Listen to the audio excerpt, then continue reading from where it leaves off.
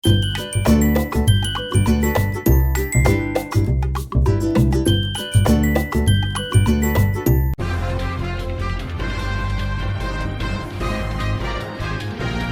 Sound.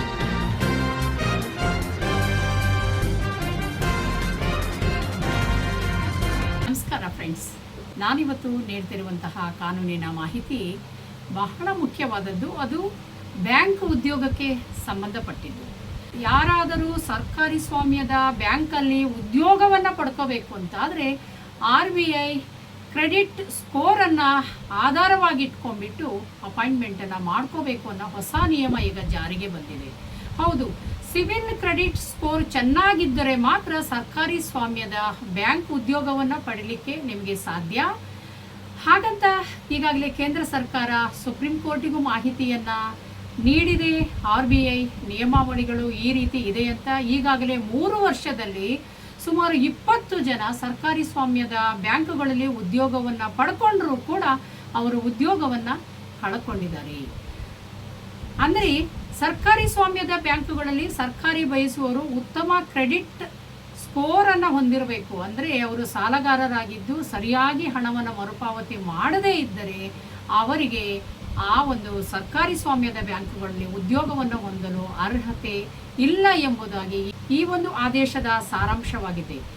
ಇದರ ಉದ್ದೇಶ ಏನು ಅಂದರೆ, ಜನರ ಹಣವನ್ನು ಇರಿಸಿಕೊಳ್ಳುವ ಗುರುತರ ಹೊಣೆಗಾರಿಕೆಯನ್ನು ಹೊತ್ತಂತಹ ವ್ಯಕ್ತಿಗಳು, ಅಂದರೆ ಬ್ಯಾಂಕಿನಲ್ಲಿ ತಾವು ಪಡೆದಂತಹ ಸಾಲವನ್ನು ಸರಿಯಾಗಿ ಮರುಪಾವತಿ ಮಾಡದ ವ್ಯಕ್ತಿಗಳು ಯಾವುದೇ ಬ್ಯಾಂಕುಗಳಲ್ಲಿ ನೌಕರಿಯನ್ನು ಪಡೆಯಲಿಕ್ಕೆ ನೈತಿಕವಾಗಿ ಅರ್ಹತೆ ಇಲ್ಲ ಎಂಬುದು ಒಂದು ಆದೇಶದ ಸಾರಾಂಶವಾಗಿದೆ.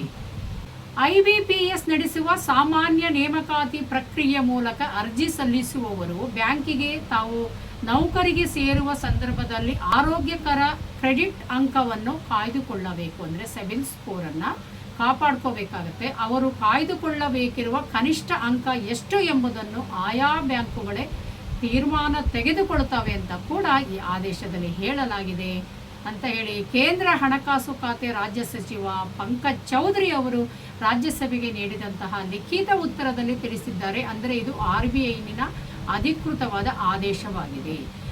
ಅರ್ಜಿ ಸಲ್ಲಿಸಲು ಇರುವ ಅರ್ಹತೆ ಅಲ್ಲ, ಫಲವನ್ನೇ ಪಡೆಯದವರಿಗೆ ಇದು ಅನ್ವಯಿಸುವುದಿಲ್ಲ ಎಂಬುದನ್ನು ಸಹ ಸ್ಪಷ್ಟಪಡಿಸಿದ್ದಾರೆ.